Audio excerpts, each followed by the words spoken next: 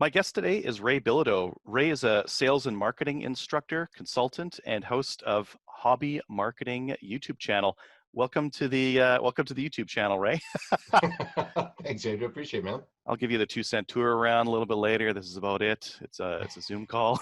I know So them well. yeah, especially these days. Yeah, everyone seems to be getting very good at video calls. One of the reasons why I wanted to get you on today was to talk a little bit about sales consulting.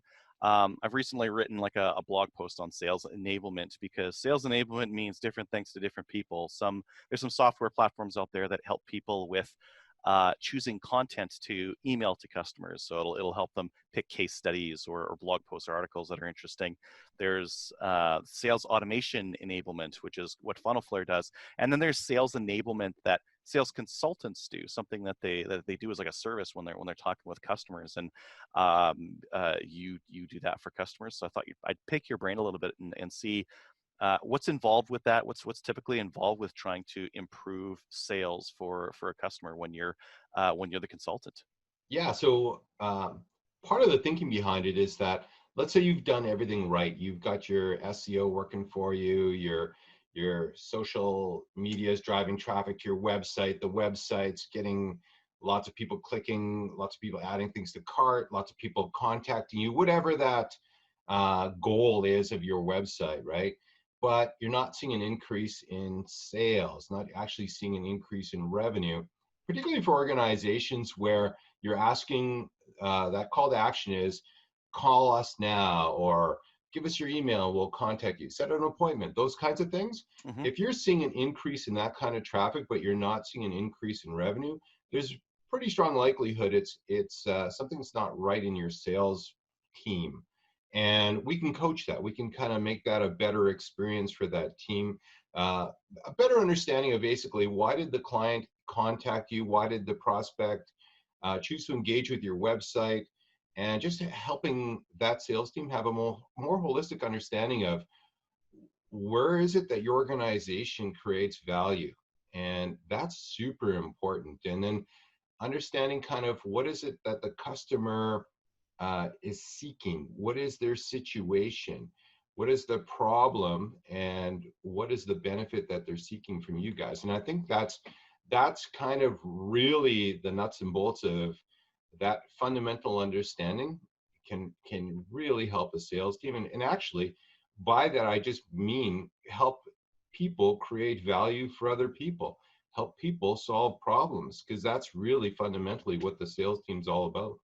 Yeah, interesting. It sounds like a little bit of a buyer journey or introspective on what the buyer's looking for at different stages of the journey. How when sales is picking them up, if marketing's involved, how marketing is passing them off, and then I guess how sales like processes them and brings them to the next step in that buyer's journey.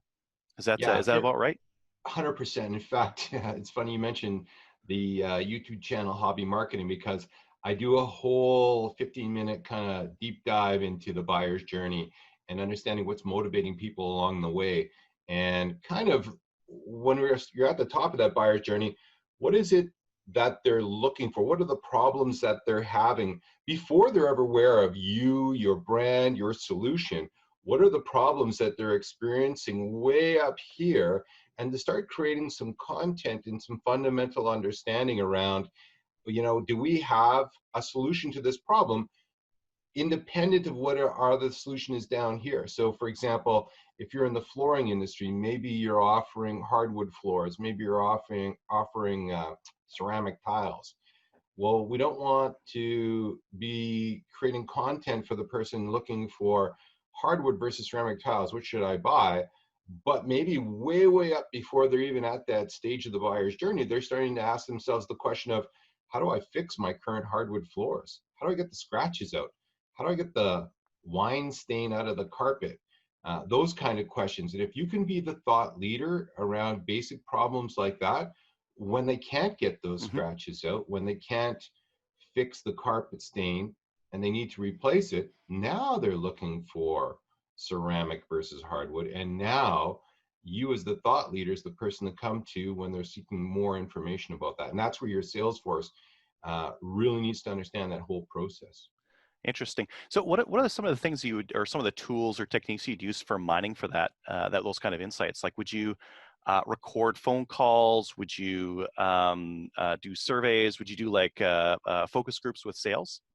Yeah, so for sure, to start off the process is ideally, I mean, ideally, if you've got any kind of recorded transcripts of sales calls, that helps immensely in terms of looking for some keywords about why specific people are calling in. And once you start to understand those keywords, you can start to create personas of different buyers a heck of a lot better. We always say that the better you understand your target market, the better job you can do for creating value for that target market. So if you're able to look through any transcripts, get some keywords out of there, understand what are the verticals that are asking for those specific solutions. Again, when we're doing this, our goal is to have a better understanding of these target markets, these personas, so that Hmm. we're not telling them about all the features of our products. We're not doing that Tommy Boy feature dumping on them, but instead we're going to be just basically presenting solutions to the problems that they're having. But part of that methodology is that by digging through those transcripts and getting that understanding, we also want to take a pause and more deeply appreciate and understand that situation. And if you have a transcript, that's awesome as well. But we should be asking our clients, talk to me about those problems that you're having. Hmm. Is that impacting your sales? Is that impacting your retention? Is that impacting your warranty? Talk to me about these problems that you're having and try to quantify that either in terms of a dollar value or in terms of a health risk or something like that, so that you can do a better job of uncovering that problem and the implications of not solving that problem, and then sort of acknowledging the need to solve that problem. And this kind of reverts back to that spin selling Yeah, I was almost. going to say that sounds pretty much like spin selling. 100%, Yeah, 100%, right? such a good And framework. it totally is. But if you pause on that question, and this is where if you do have the ability to record a conversation, you're not tied up by taking notes, and you're not distracted by taking notes, but you can just think about the process. So tell me more about that situation. Talk to me about that problem and what happens during that problem. What are the implications of not solving that problem? And then definitely, man, I can definitely see the need to solve that problem, keeping in mind that when you're giving that statement, you are actually thinking about one of the benefits of a feature that you are offering in your organization. Because if they see a need for the benefit that you're offering, it's just a baby step to say, hey, you know what, we've got a feature with that benefit. And as you're going through the implications, the key is to make sure that in your mind you've sort of hurdled over the sales price of that product that you're offering with the Mm. feature and benefit in mind before you ever bring it up. You want to make sure in those implications that you've leapfrogged way over whatever pricing, because you know everybody's going to be saying to you, man, that sounds expensive. And when they do that, you need to clearly go back and say, well, yeah, you know what, you're right, there's price and there's value. Obviously I can't charge you $1 million for this, but we talked about how it is costing you $1 million in terms of sales, in terms of warranty work, in terms of the possible liability when you get sued. So I'm not going to charge you the $1 million, but I just want to save you $1 million. How does that sound to you? Right? So Hmm. that's why it's so important, and it's a step that so many people look over, and it's just a fundamental, critical component of a really good sales process. Yeah, it's something that I really like about the sales process rather than the marketing process, because in the sales process you can get those explicit needs, find them out, and the implicit ones as well. That's more difficult to do on the marketing side, and then you can position the product against it instead of just getting someone on the phone. It's like, oh, you want interested in our product? Well, let me start reading off the features for you and reading off a shopping list of all the features, and then you really run across the cost barriers. And I mean, that's another thing that they mentioned in spin selling is don't do shopping list selling to people, right? Find out the real thing that is going to cause them the most issues. I think, yeah, getting transcripts, recording calls is really great there. I think I've done that a couple of times where I've actually gone through calls that customers have made and reviewed them before starting to do marketing or starting to do some of the pre-sales work. And it's so interesting because if you talk to just salespeople, sometimes they are fixated on the most recent thing. And like, all my customers are talking about this thing. It's a big, big, big thing, but it's actually just the last couple of them that they've talked to, and they've kind of lost the forest for the trees because salespeople can be a little bit squirrelish, just going after the next thing. Whereas getting the recording, sometimes I have heard salespeople introducing the problem that they're the most interested in, and it wasn't the explicit thing the customer came in for. And I think that's really interesting because that's where you'll see where a recording will tell you that. A recording will tell you where the customer came in for X and the salesperson is still obsessed with Y. And that's not actually what the customer was looking for. So I think. I tell you, you know what? Another interesting component of the recordings that maybe people look over is in terms of rapport and building rapport with people. I mean, we want to have a relationship with our customers. And part of that is a personal relationship. So if you're asking them, what did you do this weekend? Oh, I got up to Canmore and we went tenting and talk to you about your family and really get to know each other on or maybe you're a big hockey fan or a big basketball fan, or maybe you're not, maybe you hate them. It's important to understand who people are. And we don't, you know, fundamentally, we like people who like us and we like people who are like us. That's just the way, I think Robert Cialdini referred to that in his book, Persuasion. And so we should understand, if we're building rapport with people, kind of a little bit about them as human beings. And if you record that in your transcript, you know, I used to make notes about people all the time, but I do it manually. And this is way back in the insurance day, 15 years ago, maybe longer. But I had very, very, very good notes. And part of the reason why is because I would review those notes before I'd ever pick up the call if you were calling into me. And so I could pick up in that relationship right where we left off. And I was genuinely interested in people, genuinely interested in how they were doing, interested in their kids, interested in are they expecting and what have you. I loved my clients. I found them fascinating and interesting. But a big component was really that rapport component. And so if you can capture that, if you can have that transcript of it and you can kind of review those notes about rapport, that's going to go a long way as well before you ever get into the nuts and bolts of their situation. But let's connect as human beings and let me catch up with you. And then we can go back to, let me help you now in your professional life.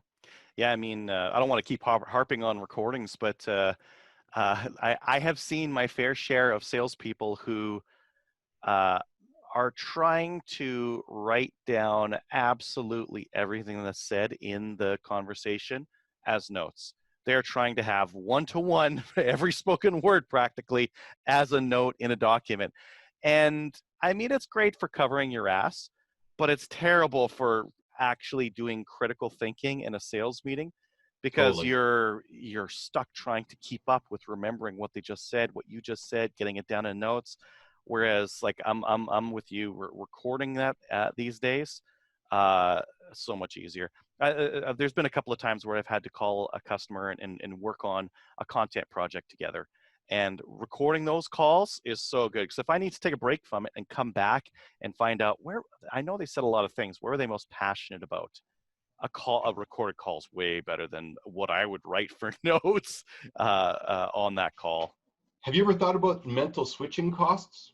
Like, so this is where fundamentally, if anyone wants to do an experiment, here's the experiment. Write down the numbers from 1 to 10.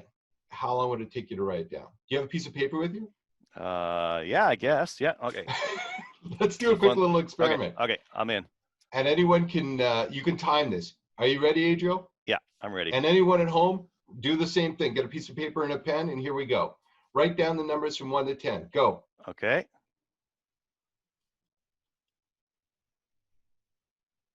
I don't know how long that was. 3 seconds? About 4 8 seconds? seconds, let's 8 call it. seconds? All right. We can play Yeah. this back Yeah. later in time. Yeah. Okay, now I want you to write down, write down A through J, A through J. Okay. the alphabet. Yeah.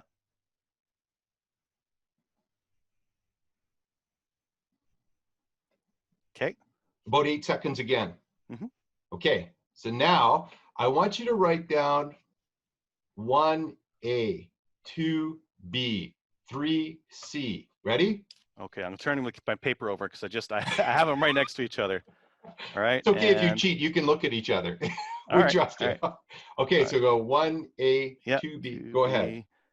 3C, 4D, 5E, 6F, 7G, 8H, 9HI, 10J. So, was that harder to do? Yes. Right? I thought it was going to be easy when I first did it, but as I got down there in the middle, it was like, I got to think about this for a second. You just experienced mental switching costs. And that's exactly what people do when they're writing things down. They're trying to listen to a conversation at the same time they're making notes. And it might be subtle, it might be minute, but there's this mental switching costs that are going on as you're trying to take those notes. Mm-hmm. And I mean, that's for sure, that's happening. And we just did an experiment where everybody at home can try it out. Try it with some people around the office. You'll see that it's like, oh, wow, this is awkward. And now build it out to 25 and do the whole alphabet and see how long that takes you. It's going to Oh, take you a heck of a lot longer. It's so interesting you bring that up. I was just talking with a customer today, a funnel flare customer, about I was trying to get him to automate this email. They have this email that they send out at a particular time after in the sales process, and what their process was they wanted to add a calendar reminder for it, but the email is always the same. And I was trying to think, I'm like, why don't you just automate this? Like, if you have to stop whatever deal you're just working on, come back to this one, think about it again, reacquaint yourself, and send the same email that you send every time, and then get back to the other thing. Why don't you just automate it? Like the switching between this deal and being familiar with it and getting onto this other deal just to send one email. Like, dude, automate that one so you don't have to do the switch between. And it's exactly what you're talking about, that mental switching between deal to oh yeah, I have to send a reminder email to, okay, next deal. Now I need to like figure out, where's this deal again? What's the close date? Is this an accurate close date? Who's this person again? What's their date? And trying to reacquaint them. It's a real time suck to just send an email, and it needs to be done. But yeah, it's just not scalable that way, right? You just can't scale it. I mean, when you're constantly in the manual writing out everything and sending out the email one-on-one, it's just not scalable. You only have so many hours in your day, and wouldn't you rather be doing other things than doing that same email over and over? I mean, one of my favorite points of automation is just when people are signing up to your newsletter, signing up to your website, signing up, basically fundamentally what they're looking for. We've all subscribed to these. I just subscribed to some more today. We're looking for more information. How do you make sense of all the information that's out there on the internet and around the world? Find smarter people who've gone through it. And that's what we're looking for when we sign up for these newsletters, when we sign up for information. But when we have our customers do that, we should be able to send them a welcome email. We should be able to send them our monthly newsletter with it customized and personalized for them. And maybe just include content that they're super interested in. I mean, that then becomes a little bit more scalable. You're retaining the best part, which is the personal and the information that you're legitimately gathering for them. But people are at different points of that buyer's journey, and it's nice to be able to automate and optimize each point along the way to make sure you've got the right message, to make sure you're creating the maximum amount of value for them along the buyer's journey all the way along. And so I'm a huge believer in marketing automation for that reason, because I mean, it just makes things much more easy for both of you. And the experience, frankly, is better. It's better for that customer who just signed up for that newsletter, now getting a personalized newsletter where you've maybe tested that newsletter, where you've maybe created the best information with the best call to action, with exactly with what they had in mind. And you don't have to do it from scratch every time. It's Well, just yeah, I think killer. yeah, a lot of people like want like they envision their best self, and they're like, you know what, I'm gonna make it like it's all gonna be personal. It's gonna be so awesome for each of these customers, but uh, that's really like the enemy of getting shit done. And I mean, you think Totally. like, oh, I'm gonna personalize it all, and then you forget about it, and that's 2 days later. And you're like, oh, do I send the thing now? I'm 2 days late. Whereas if it was automated, at least it would be done. The consistency would be there. You can take your best version and just consistently send that out, rather than hoping that the best person that you are is always going to be consistent with getting that thing out, and instead just take it off the plate, And get it consistently done. God forbid you get sick on the day that somebody signs up for that newsletter or somebody sends you a message, right? I mean, I just sent a message to a buddy of mine. He was in car sales. He used to do tens of thousands of dollars in advertising every month. He's kind of a well-known guy around town. And anyway, he still believes in doing everything manual. And I'm like, dude, you have such a high spend. You're getting in so many leads. To try to even qualify each of these people, to try to reply to them, to try to establish a relationship with them is virtually impossible. And so this is where marketing automation can make things not only more scalable, but just more personal and being able to get back to somebody right away. I mean, one of the expectations we have in this modern era with social media and everything else, I mean, if you send out a tweet and you've got to wait 15, 30 minutes for a reply, you're probably disappointed because Mm-hmm. somebody's on social media and they haven't gotten back to you. We're just used to that instant gratification, right? It's kind of like, and it's like that old saying goes with Buckley's. I mean, Buckley's promises you two things: it's going to taste awful and it's going to work. Have you ever tried it, Adriel? Yes. And did it taste awful? Yes. Yeah. Right? And That so part was true. weirdly, right, you're already 50% satisfied even when it's a negative expectation. Isn't that fascinating? Yeah, that's super Because it interesting. tasted so awful. But here's the thing: is that really it's the customer's expectations. If you're not meeting the customer's expectations, even if they're a negative expectation, they're disappointed. And so the customer's expectation when they sign up for your newsletter, when they reach out to contact you, is you're going to get back to them right away. They matter, don't they? Well, then you getting back to them right away matters, doesn't it? And so that's what they're looking for. And if it's not very, very quickly, and I mean within a day, they're probably disappointed. Customer's expectation. I like to put a little weight in there. Like the instant replies are always like a little bit fishy, but you put like a 5, 15, 30-minute wait in there and then a reply, oh, man, that could be real. Could be real. That's absolutely. He took the time to process it, and now I've got the reply. This is much more personal. And absolutely, 15, 20 minutes, but a week later, you're wondering, who is this person? You forgot you even signed up for that newsletter. Yeah, yeah, it's one of the downsides, or one of the broken promises of filling out a form. A lot of people fill out a form and those promises get broken. Then nothing happens as a result of that form. One of the reasons why I like appointment scheduling as an endpoint rather than just a form, because an appointment schedule, at least with an appointment scheduling software, you're getting like a time and a date. You get something in response. You give up your information, but it's not just a one-sided conversation where you give it all up. You get something on the way back as well, which is a time and a date when you can actually meet with someone and talk about the thing you want to talk about. Well, yeah. My first experience with appointment scheduling, weirdly enough, was a professor who I really liked out of Stanford, Dr. BJ Fogg.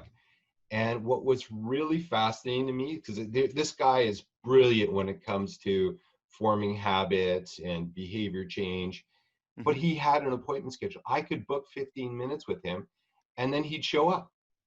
I was amazed that he would show up and I could have that 15-minute dialogue with him to kind of find out a little bit more about his situation, my situation, and look for some synergies, if you will. That appointment scheduling is absolutely wonderful. That was my first experience with it. I've loved it ever since. And in fact, I'm probably going to be incorporating it this September in a bunch of my courses and with other people as well, just to give them and to empower them to look over their schedules, find when is a convenient time, and book it. Hmm. Again, a very personal experience. Look over your schedule, find a convenient time, book it, and let's spend that 15, 30 minutes together, and let's have that conversation. Let's find out a little bit more about one another and find a little bit more about that situation. Yeah, especially great when you can do it mostly virtual, and it's all just on. You don't have to do any travel time. It's everyone just booking into your calendar. Super easy to do, super empowering because they can do it on their own as well, right? Absolutely. And let's face it, I mean, in this day and age, this is probably the better way to go, is with the virtual meeting, as opposed to even driving and meeting people for coffee. And do I wear a mask? Do I not wear a mask? All of that stuff, right? Has do I need to bring like a thermometer and test my friend, test this new person just before we start our conversation? Do you mind if I take your temperature? I mean, all of these awkward COVID things that we would have never thought about before, but this eliminates that. I can absolutely book a 15-minute meeting in. I get a little reminder. I pour myself a glass of water. Boom, I'm here. I'm Yeah. ready to meet with you. I don't have to worry Well, about it's super traffic or efficient. anything. Yeah. Yeah, yeah. There's really good efficiency to it, and I'm going to be glad when more of them are virtual. I still want the like in-person ones for some styles of meetings, but I think I'm really looking forward to more people being more used to doing virtual meetings. Ray, it's been really interesting. So to let our listeners know where to find out more about you and what you do. So really, my YouTube channel is probably the best place. I'm trying to create some content there on a regular basis. My long-term goal is to get help people with behavior change themselves, sort of like I talked about with Dr. BJ Foggs. I hope to start up a website called Goals Calendar, where I basically help people. It's based upon the premise of Abraham Maslow. We all heard of Maslow's hierarchy of needs, Hmm. but basically he found the best of us. One of the key components to making the best of us truly the best of us was by setting goals and then setting activities that were aligned with those goals. And even Ben Franklin, if you ever read the autobiography of Benjamin Franklin, he would always set some activities in mind, but not necessarily aligned with a goal. And so what I want to do is basically build a website where people can see what their goals are, see what the activities are, and then help them track those activities and see if it's actually moving them closer to that goal or further away. Because then maybe we just need to change our activities a little bit. Meta-analysis. I think too few people look at what they do on a day-to-day basis and try to decide, is this going to towards my goals? And even fewer have like a real goal that they have in mind that they're trying to even get to on purpose. Right? I think setting that goal and then taking a look at your activities to see if you're getting there, super important and super interesting way of looking at it as well. Yeah. Otherwise, follow me on Twitter at Ray Bilodeau and tweet to me there, and that's where I am most 24 hours a day. Perfect. Like everyone else on Twitter. All right. Thanks for coming on. Thanks, Adriel. Really appreciate it, man.